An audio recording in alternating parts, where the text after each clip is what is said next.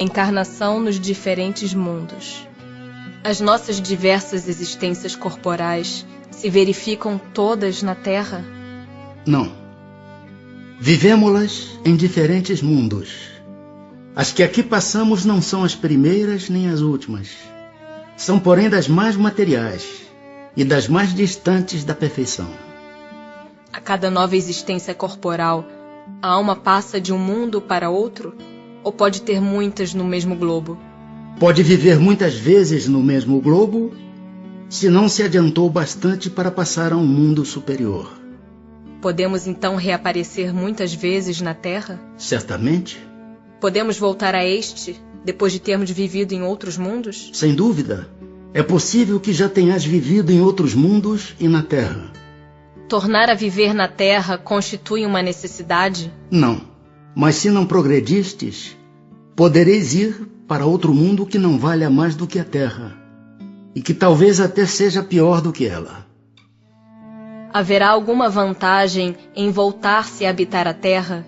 Nenhuma vantagem em particular, a menos que seja em missão, caso em que se progride aí, como em qualquer outro planeta. Não se seria mais feliz permanecendo na condição de espírito? Não. Estacionar-se-ia, e o que se quer é caminhar para Deus.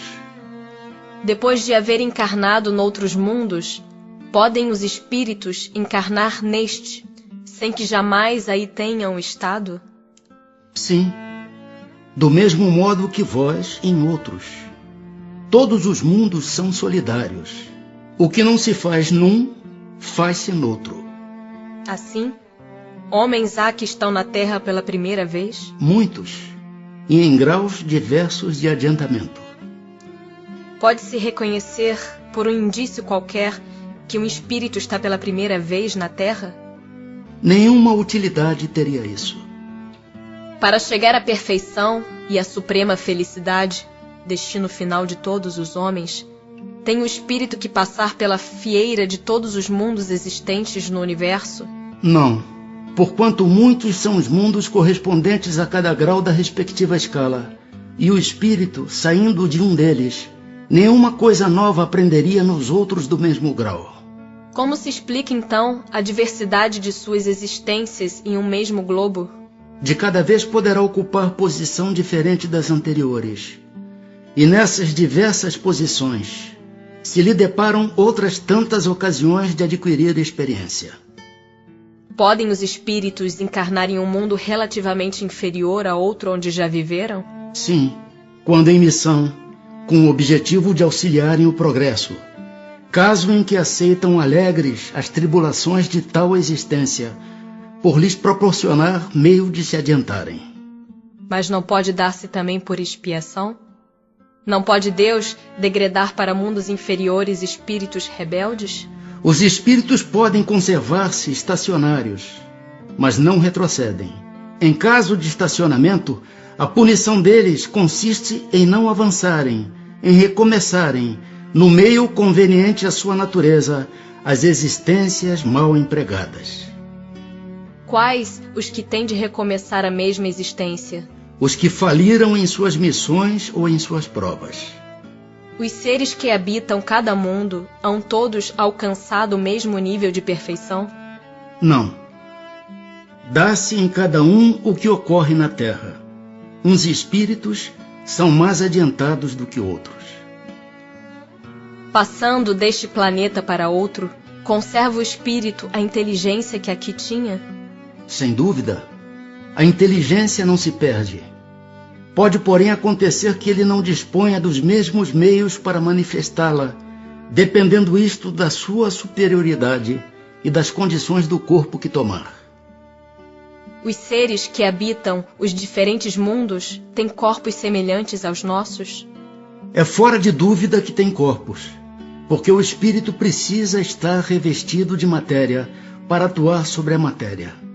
Esse envoltório, porém, é mais ou menos material, conforme o grau de pureza a que chegaram os espíritos.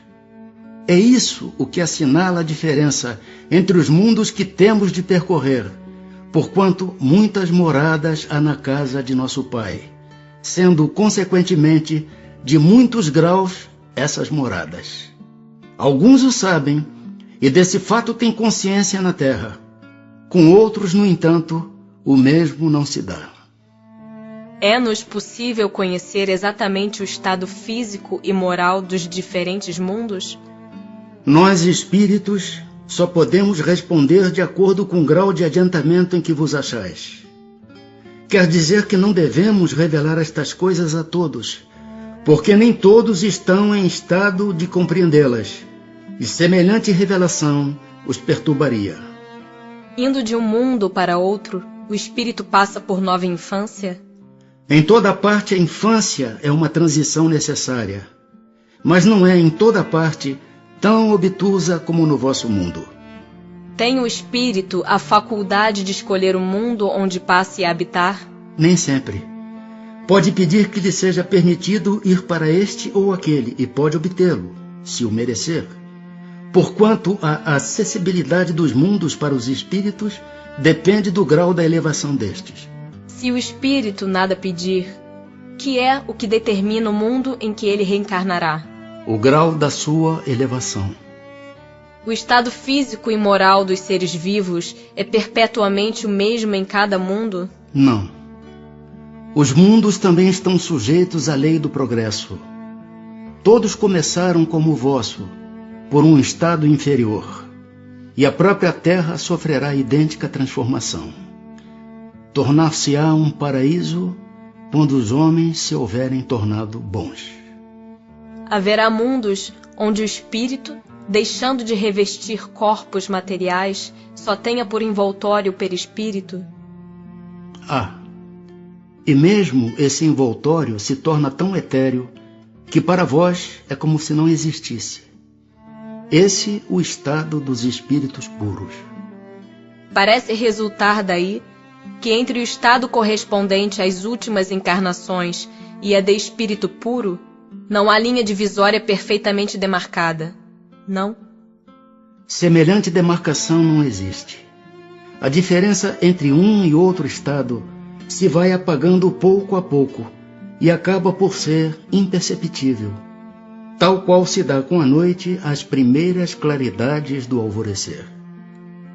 A substância do perispírito é a mesma em todos os mundos? Não. É mais ou menos etérea. Passando de um mundo a outro, o espírito se reveste da matéria própria desse outro, operando-se, porém, essa mudança com a rapidez do relâmpago. Os espíritos puros habitam mundos especiais? Ou se acham no espaço universal sem estarem mais ligados a um mundo do que a outros? Habitam certos mundos, mas não lhes ficam presos, como os homens à terra. Podem, melhor do que os outros, estar em toda parte.